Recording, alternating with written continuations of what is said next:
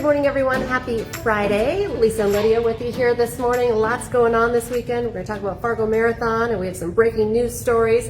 But first, let's jump right into another hot weather day. So sweaty all week long. Every day this week has been in the 90s. Today we're forecasting 91, so likely ending up in the 90s once again. Record high for today is 95, so it's close, a little bit of a stretch. We'll watch it. A little more cloud cover today, calling today mostly cloudy. We've had good sunshine this week and then a few afternoon clouds, especially around any thunder shower activity. But today is more of a widespread cloud day moving in, so it's a little different. Places out west, even Jamestown, Valley City in the 80s today because your cloud cover is a little thicker. We'll watch for a few pop-up showers this afternoon. Of course, a rumble of thunder is possible, especially when you're this warm, but I think pretty benign. Just a couple little spits of rain underneath the mostly cloudy sky. Wind out of the south today at 5 to 15. A little bit of a pattern shift into the weekend. The jet stream is kind of working in our direction, which nudges in slightly cooler air. 80s. So not cold, but a little bit of a cool down. We're going to ditch the 90s, have a long stretch of 80s here to come. Passing showers, active storm track is with that jet stream just out to our west. And so that's kind of taking the heart of systems and moisture in that direction. We get scraped with occasional showers, but I don't have a lot of rain. When you look at our forecast, your 10-day, your storm tracker app, it looks like a lot of rain chances, but it doesn't amount to very much. And not everybody is going to get any moisture. I'd say some scattered passing showers for tomorrow, stray showers Sunday, Monday, maybe a thunderstorm chance on Tuesday. A lot of that will amount to less than 1/10 of an inch, unless you can get a thunderstorm. Then that obviously gives you a downpour and you tap into more moisture. But the bulk of any of the moisture is going to be well out to our west. Montana border, over an inch of rain. So that goes to show you kind of the change across North Dakota. 80 still into Sunday, Monday, Tuesday of next week. Pretty warm, about 10 degrees above average, and pretty active with at least chances for a little bit of rain. That's kind of the name of the game. The stretch of 90s, though, should come to an end after today. I like it hot. I know not everyone might. And it's a little bit fast. It went, I know. Like, I could go for just like some 70s or low 80s. We went 70s, full 80s. on July. Hot. Right away. Yeah. Hasn't been too humid. Dew points near 60 today, tomorrow, which I always say 60 is about kind of when you notice it. There's a touch of humidity. I wouldn't necessarily call it sticky, though. So there's that. Do you want to talk marathon stuff? Okay, temperatures. So 91 is our forecast high today. I would call that like a 3-4 o'clock. And then we start going backwards slowly by a few degrees. We're still looking mid to upper 80s as the 5K starts tonight. So pretty warm. More clouds today, so at least not like direct sunshine. There will be some moments of kind of shade. As I mentioned, a little bit of humidity and not much for wind out of the south at 5 to 15. We do have to watch for those little teeny tiny spotty showers. But again, I'm not too concerned about thunder lightning, which is good news for a lot of people outside.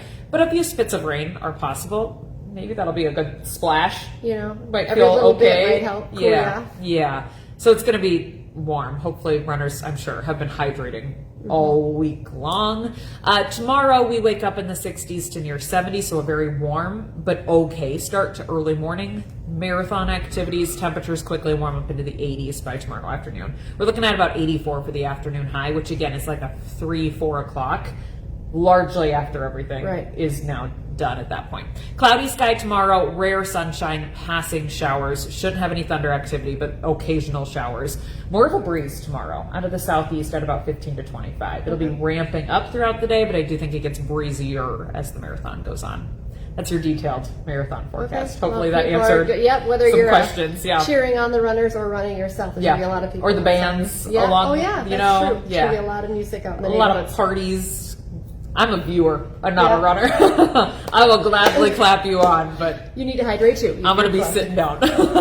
All right, that's all. Thank you, Lydia. Okay, to some of your news headlines now. A man is accused of leading police on a chase that stretched from Wahpeton to just a few miles from the South Dakota state line.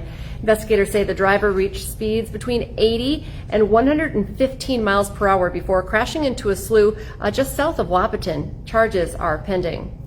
And like we just mentioned, it's going to be a hot weekend for the Essentia Health Fargo Marathon. Race officials expect tonight's events to start in the yellow caution range because of the heat. We just talked about the 5K. It starts at 6:30 up near the Fargo Dome.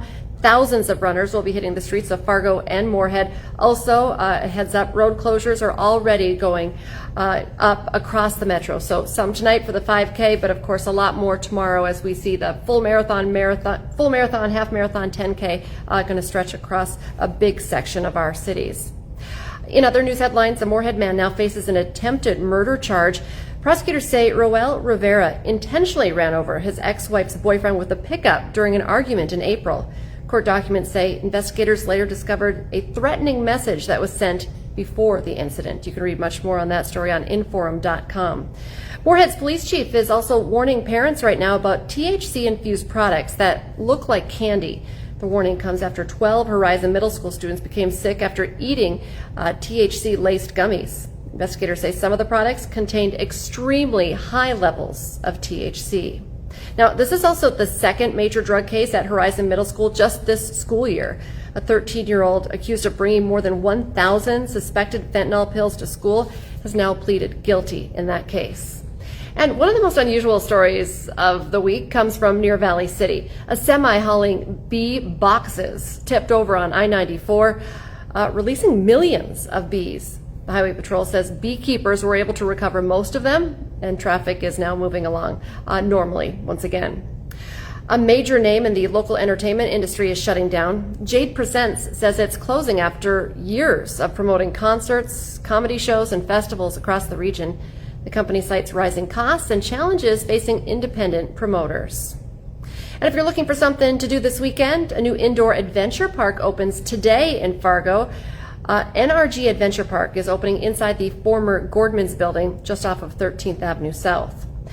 On the political front this morning, Minnesota Democrats and Republicans are holding their state conventions this weekend. With both the governor's office and the U.S. Senate seat open this year, the endorsements could help shape some of the biggest races on the ballot. Be sure to stick with WDAY News throughout the day, throughout the weekend, for the very latest on those conventions. And overseas, the U.S. and Iran appear to be moving towards a possible agreement that could reopen the Strait of Hormuz. That's a key shipping route, of course, for global oil supplies, so any deal could have an impact on energy markets and, of course, gas prices, which we're all watching very closely. Hot Mike is coming up this morning, 9 to 11 on WDAY Extra. Dom is going to be talking about Final Four Friday across North Dakota. A look ahead to the semifinals of these 6 state tournaments happening around the state. Plus, if you want to know how the Mountain West put its TV schedule together, the man who is responsible for it will join Dom today to talk about how it all came together. Remember, you can get your inforum.com subscription right now. It's a great deal. You'll have all these news, weather, sports headlines at your fingertips. Just go to inforum.com/subscribe to check out the deals. And join us for our next newscast. It's at 11 this morning. And then we have you covered at 4, 5, 6, 9, and 10. Have a great day, everyone.